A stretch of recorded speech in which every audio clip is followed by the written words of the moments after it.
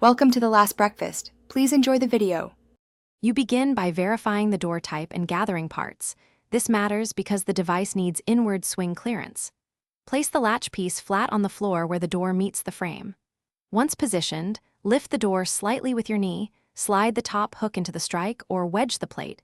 You need a snug fit so the lock can bear force. Make sure alignment is centered.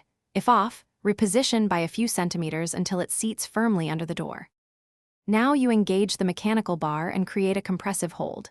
Slide the bar into the latch slot fully. You should hear or feel a click that indicates partial engagement.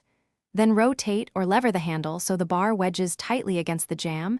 This converts your applied force into resistance. Once done, test the setup.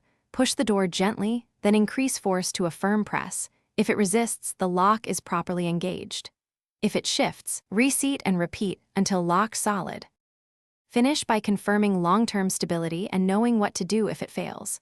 Apply several varied pressures, short pushes and firm shoves, to ensure the lock holds. If you notice slipping, add the backup wedge or reposition the strap to even out contact.